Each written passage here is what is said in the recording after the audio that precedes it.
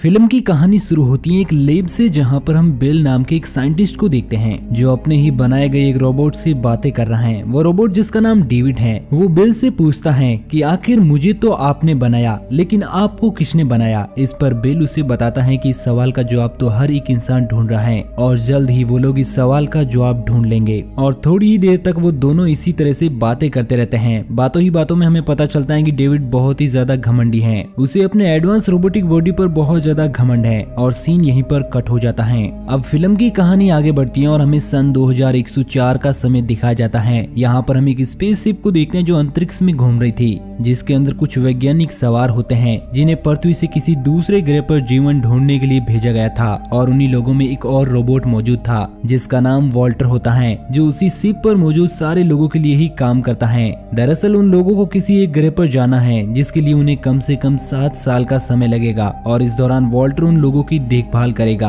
क्योंकि सारे लोग तो स्लीपिंग पॉट में सोए रहेंगे और वहीं उन सबको अपनी मंजिल की तरफ आगे बढ़ाएगा। इसके बाद हमें दिखाया जाता है कि उस शिप में मौजूद सारे लोग स्लीपिंग पॉट में सो रहे हैं और वॉल्टर उस शिप की देखभाल कर रहा है। इसी दौरान उस शिप में एक जोरदार झटका लगता है जिससे अंदर का सारा सिस्टम पूरी तरह से इलेक्ट्रीफाई होने लगता है, जिससे वहां पर रखी मशीनें खत्म होने लगती हैं। इस कारण वॉल्टर उन मशीनों को ठीक करने की कोशिश करने लगता है, लेकिन अब उस शिप पर आग भी लग चुकी थी। इस कारण वॉल्टर के हाथों से सारी चीजें अब निकल चुकी हैं। तो वो स्लीपिंग पॉट में सो रहे सारे लोगों को एक एक करके बाहर निकालता है और उन्हें नींद से जगाता है। लेकिन इस दौरान ब्रिसन नाम के उनके कैप्टन को वो लोग नहीं निकाल पाते और तब तक उस पॉट में आग लग जाती है जिसमें कैप्टन मौजूद होते हैं और कैप्टन जलकर मारा जाता है। कैप्टन की बीवी डैनियल्स उसकी मौत से बहुत ज्यादा दुखी होती है। इसके बाद हम देखते हैं कि उस शिप में मौजूद सारे लोग एक बार फिर से उस शिप को ठीक कर लेते हैं और अपना सफर एक बार फिर से जारी करते हैं। रास्ते में उनको सिस्टम में एक दूसरे ग्रह से सिग्नल मिलता है और उन लोगों को लगता है कि शायद वहाँ पर भी कुछ लोग मौजूद हैं जो कि हमारी तरह ही इंसान हैं और वो लोग हमें सिग्नल भेज रहे हैं। शिप में मौजूद सारे लोग अब उसी ग्रह की तरफ जाने का मन बना लेते हैं, क्योंकि उस ग्रह तक पहुँचने के लिए उनको ज्यादा टाइम नहीं लगेगा। इस कारण वो अब उस ग्रह की तरफ आगे बढ़ने लगते हैं और कुछ ही हफ्तों में वो लोग उस ग्रह के पास पहुँच जाते हैं। लेकिन वो लोग अपनी पूरी शिप को उस ग्रह पर नहीं उतारते, बल्कि शिप में मौजूद एक छोटे से यान में कुछ लोगों को सवार करके और वॉल्टर को उनके साथ उस ग्रह पर भेजते हैं। अब वॉल्टर के साथ और भी लोग मौजूद होते हैं जो उस ग्रह की जांच पड़ताल के लिए आगे बढ़ने लगते हैं। वो लोग देखते हैं कि ये ग्रह पूरी तरह से पृथ्वी जैसा ही है। यहाँ पर भी हरे भरे पेड़ पौधे हैं और ऑक्सीजन लेवल भी पृथ्वी जैसा ही है। इस कारण उन्हें सांस लेने में भी कोई दिक्कत नहीं हो रही थी। वो लोग वहाँ से थोड़ा सा और आगे बढ़ते हैं, लेकिन इधर हमें पता चलता है कि जो छोटा यान उस स्पेसशिप से नीचे उतरा था उसका कनेक्शन उस बड़े शिप से कट चुका है। इस कारण एक लड़की उस कनेक्शन को फिर से जोड़ने के लिए उसी छोटे यान के पास रुक जाती हैं और बाकी लोग वहां से आगे बढ़ जाते हैं। वो लोग वहां से आगे बढ़ते हुए उसी सिग्नल की तरफ चले जाते हैं। रास्ते में एक लड़का और एक लड़की वहीं पहाड़ों में जंगलों के बीच मिट्टी का सैंपल लेने लगते हैं। मिट्टी का सैंपल लेते वक्त जो लड़का वहां पर मौजूद था वो एक पेड़ के ऊपर पैर रख देता है, जिस कारण एक ब्लैक कलर का वायरस उसके कानों में चला जाता है, मगर इस बात की खबर उस लड़के को नहीं होती है। अब बाकी के सारे लोग उसी सिग्नल की तरफ आगे बढ़ रहे होते हैं और अब वो लोग जहाँ से सिग्नल आ रहा था वहाँ पर पहुँच जाते हैं। वहाँ पर पहुँचने पर उन लोगों को पता चलता है कि एक स्पेसशिप यहाँ पर क्रैश हुई थी। वो लोग उस स्पेसशिप के अंदर जाते हैं जहाँ पर उन लोगों को एक तस्वीर मिलती है जिसमें एक औरत होती है। उस औरत की तस्वीर देखकर वॉल्टर सभी लोगों को बताता है कि ये औरत एलिजाबेथ है, जो 10 साल पहले किसी मिशन के लिए एक स्पेसशिप से अपने कुछ लोगों को लेकर जीवन की तलाश में निकली थी।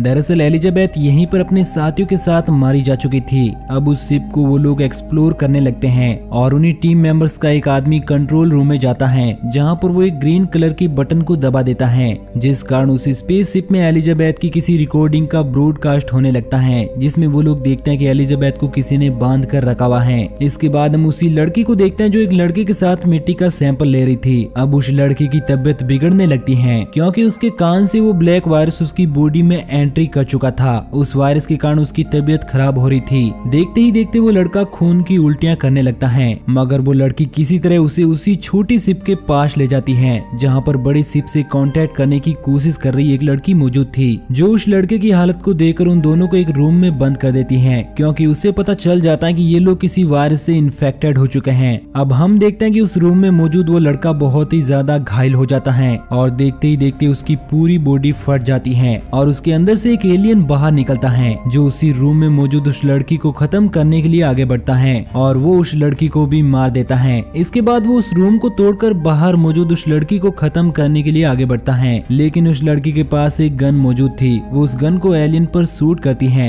लेकिन उसका निशाना चूक जाता है और गोली सीधे जाकर एक सिलेंडर पर लग जाती है, जिस कारण उस छोटे शिप में एक बहुत बड़ा ब्लास्ट हो जाता है, जिसमें एलियन के साथ साथ वो लड़की भी मारी जाती है। इधर हम बाकी के ग्रुप मेंबर्स को देखते हैं जो ब्लास्ट हो चुकी शिप को देखकर हैरान होते हैं। उन्हें समझ नहीं आता कि आखिर शिप ब्लास्ट कैसे हो गई। उन्हीं लोगों में मौजूद हम उसी आदमी को देख पाते हैं जिसके नाक में वो काला वायरस गया था। अब उसकी भी तबीयत बिगड़ने लगती है और देखते ही देखते उसकी बॉडी को भी फाड़कर एक और एलियन बाहर निकलता है, लेकिन वो एलियन वहाँ पर मौजूद लोगों पर अटैक नहीं करता और वो वहाँ से जंगल की तरफ भाग जाता है। इसके बाद बाकी के बचे हुए लोग उस बड़े शिप से कांटेक्ट करने की कोशिश करते हैं, लेकिन वो लोग इसमें सफल नहीं हो पाते। तभी वो लोग देखते हैं कि जंगल में भागा वही एलियन एक बार फिर से इन लोगों के बीच में आ चुका है, जो वहाँ पर मौजूद सारे लोगों पर अटैक करने की कोशिश करता है। ये देखकर वॉल्टर सभी को बचाने के लिए उस एलियन से भिड़ जाता है, लेकिन वो एलियन बहुत ही ज्यादा ताकतवर था और वो वॉल्टर का एक हाथ बुरी तरह से तोड़ देता है और उन्हीं लोगों में मौजूद एक आदमी को खत्म करके वो एलियन वहाँ से एक बार फिर से जंगल में भाग जाता है। लेकिन वो लोग देखते हैं कि थोड़ी देर बाद एलियन फिर से उन लोगों को खत्म करने के लिए आ जाता है। तभी वहाँ पर एक मिस्टीरियस आदमी आता है जो अपने पास रखी एक फ्लेयर गन को आसमान में चला देता है, जिससे मौजूद वहाँ का एलियन भाग जाता है। अब सारे लोग मिस्टीरियस आदमी को देखकर हैरान थे, क्योंकि इस ग्रह पर उन्हें लगता था कि कोई भी मौजूद नहीं होगा। अब यहाँ पर हमें पता चलता है कि वो मिस्टीरियस आदमी कोई और नहीं बल्कि डेविड ही होता है, जो दरअसल एलिजाबेथ के साथ उस स्पेसशिप में आया था जो 10 साल पहले इसी ग्रह पर क्रैश हुई थी। अब डेविड सारे लोगों को लेकर अपने साथ आगे बढ़ता है, जहाँ पर रास्ते में सभी लोगों को बहुत सारी डेड बॉडीज से गुजरना पड़ता है। वो लोग उन सभी डेड बॉडीज को देखकर बुरी तरह से हैरान थे, क्योंकि इतनी सारी लाशें इस ग्रह पर कैसे आई और इन लोगों को किसने मारा। इसी तरह के बहुत सारे सवालों को लेकर वो लोग डेविड के साथ आगे बढ़ते हैं। अब डेविड सारे लोगों को लेकर एक गुफा के अंदर जाता है, जहाँ पर वो सारे लोगों को बताता है कि 10 साल पहले वो डॉक्टर एलिजाबेथ के साथ किसी प्रोजेक्ट के लिए इस ग्रह पर आए थे, लेकिन इस दौरान उनकी शिप पर एक वायरस फैल गया, जिस कारण उनके सारे ग्रुप मेंबर मारे गए और उसी वायरस के कारण इस ग्रह के लोगों की भी मौत हो गई, जिनकी लाशें उन्होंने रास्ते में देखी थी। वो बताता है कि ये वायरस बहुत तेजी से फैलता है और इसका असर भी बहुत जल्दी दिखने लगता है। हालांकि इस वायरस से उत्पन्न होने वाले एलियंस बहुत ज्यादा खतरनाक हैं, लेकिन उनको कंट्रोल किया जा सकता है। उसकी सारी बातें सुनने के बाद किसी को भी उसकी बात पर यकीन नहीं होता। इस कारण बोल्डर उसकी जासूसी करने के लिए उसके रूम में जाता है, जहाँ पर वो देखता है कि डेविड ने बहुत सारे जीवों पर एक्सपेरिमेंट किए और बोल्डर को लगता है कि शायद डेविड ही इन सभी एलियंस का जिम्मेदार है। इसके बाद हमें डेविड का ही फ्लैशबैक दिखाया जाता है, जिस दौरान एलिजाबेथ के साथ डेविड इस ग्रह पर अपने शिप के साथ आया था। हम देख पाते हैं कि इस ग्रह पर बहुत सारे लोग मौजूद थे, लेकिन डेविड ने उसी काले वायरस को उन सारे ग्रहवासियों पर छिड़क दिया, जिस कारण सारे लोग जो उस ग्रह पर खुशी खुशी रहा करते थे वो सभी मारे गए और उनकी मौत का कारण डेविड ही था। इसके बाद हम डेविड और बोल्डर को देखते हैं। डेविड बोल्डर को लेकर एलिजाबेथ की कब्र के पास जाता है, जहाँ पर वो बताता है कि वो एलिजाबेथ को बहुत मानता था और उनसे बहुत ज्यादा प्यार करता था, जैसा कि बोल्डर डैनियल से करता है। लेकिन बोल्डर डेविड को बताता है कि वो तो सिर्फ अपनी ड्यूटी करता है, ना कि उसे किसी भी तरह के इमोशन लोगों के लिए महसूस होते हैं। इधर डैनियल उसी बड़ी शिप से कांटेक्ट करके उन्हें जल्द ही मदद के लिए बुलाता है, लेकिन इस दौरान वही एलियन वहाँ पर आ जाता है और उन्हीं लोगों में मौजूद एक और क्रू मेंबर को खत्म करके वहाँ से भाग जाता है और भागकर डेविड के पास पहुँचता है, जहाँ पर हम देख पाते हैं कि वो एलियन डेविड को कोई भी नुकसान नहीं पहुँचा रहा। तभी पीछे खड़ा कैप्टन डेविड के सामने ही उस एलियन को गन से शूट कर देता है,